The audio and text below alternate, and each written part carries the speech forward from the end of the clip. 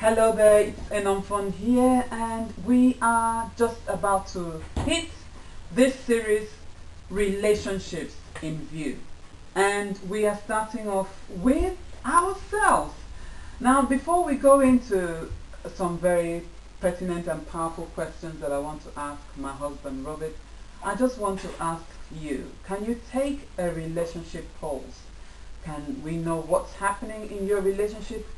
Or can you yourself know what's happening in your relationship and how you can ensure the right things keep building and the wrong ones are killed? Whatever you feed will live, grow and grow. Whatever you starve will die. So it's all what we give strength to in our relationships. That is what will grow.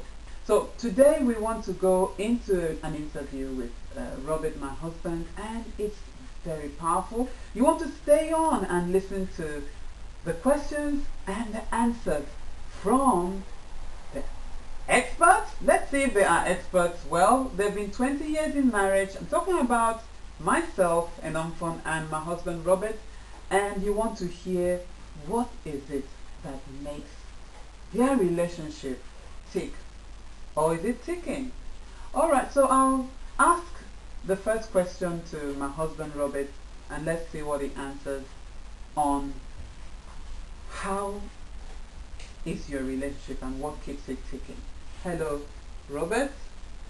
Hello. Well, I call him sweetheart, so this is an interview. So, hello, sweetheart. Hi, baby. How you doing? I'm great. So, how are you today? I'm sure you're ready to...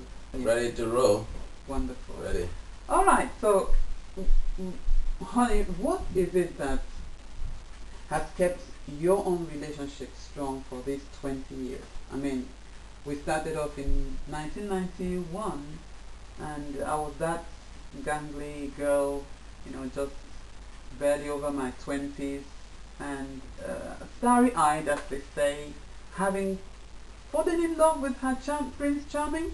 Alright, let's hear from him if that's really what happened. So what kept and what is keeping your relationship on for these years? Hello, viewers. It's wonderful to have this opportunity to share with you. This is about real life, and like you have heard, that's one of the things that makes it interesting. Now, when you understand that you are dealing with emotional beings. Oh. Yeah. You're dealing with emotional beings. That's a good clue there. That's what we are as human beings, and I've observed across the board. Doesn't matter the race, doesn't matter whether you're an Asian, you're from the United Kingdom or wherever you're from. Wherever I've observed Iceland, that's right. Or the hot desert. Yeah, we are 100% emotional beings. Absolutely. So, like you have heard, sweetheart, little things like that, sweetheart, and you feel hearing that. I feel good about it.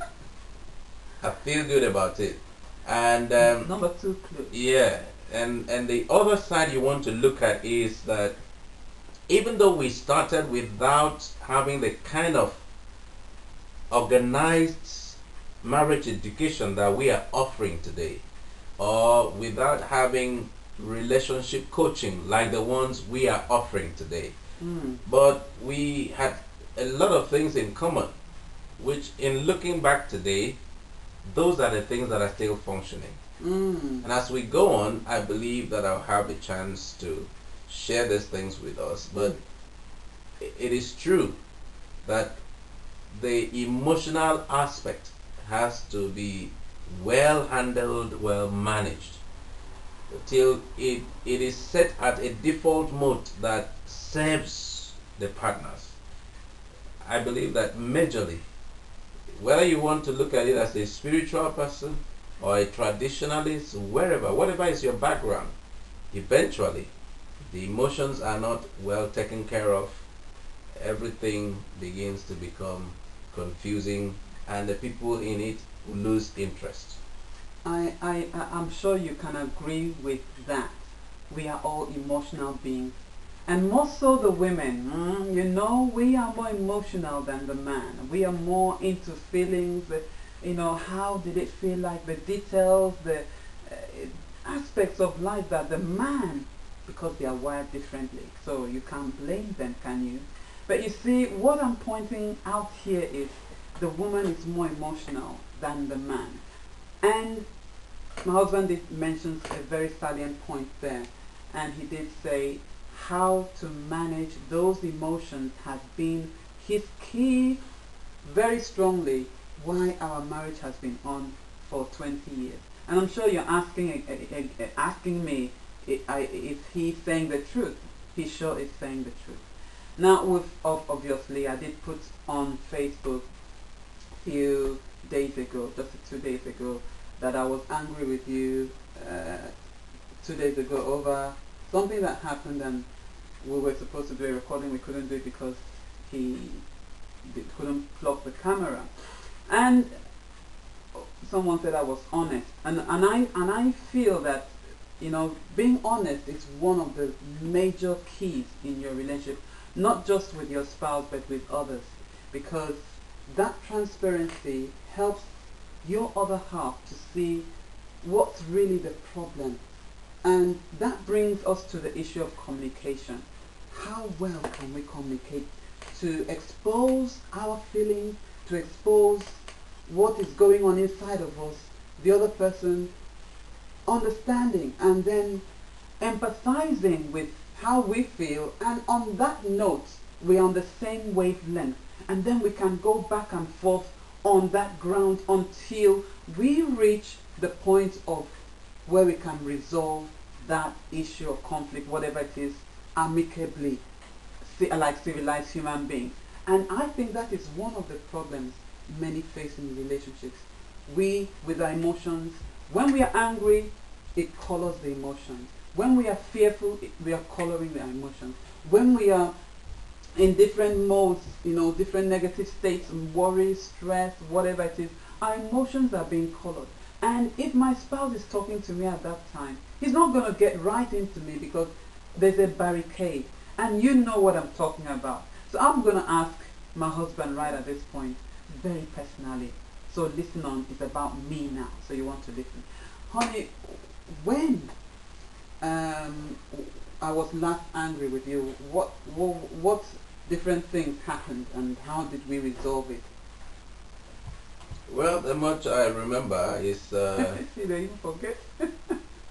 if I remember well, is that I tried to make it personally, not to make it an issue. Okay. Yeah, because I could observe that you were upset. Okay. So I let you have your space. Okay. Yeah, because it's normal to think that you will have a relationship that you will not be upset or offended, or you will not offend the other person. Is not real. It's unrealistic. The truth is that the closer you are, the more you will feel the pain of misunderstanding. The more you will feel the hurt of what the other person has done. I mean, shouldn't have done, but has done it. It's to understand that at such time, you have to know how to handle the situation, how to respond to the person, or is that the best time to keep quiet? Is that the best time to talk about it? Is that the time to say, I'm sorry? Okay. That's a miracle word. Absolutely. If I remember well, You did say it. I think I said, I am sorry. I'm telling you, you did say it. You know, he keeps forgetting. So he said, I'm sorry. There you go. So that's a miracle word. I am sorry could do the miracle. And there's nothing manly or womanly about it. In fact, you need to be manly enough to be able to tell your wife, I am sorry. That's one of the miracles. Guys, are you getting that? You get to that point where you know that it adds something to you. Like I said, you have to be man enough to be able to say, I'm sorry. And there are many people who would rather be right than seek to win the love and the cooperation of their spouses. Now, this is not the place for that. One of the things that your marriage will help you do is to help you become very mature. it's the one last chance you have to become a mature person. So if you're the one person that says, I can't, how can I ever say I'm sorry to a woman? Well, this is your life. So you have to decide and choose how you want to live it. That's absolutely true, you know.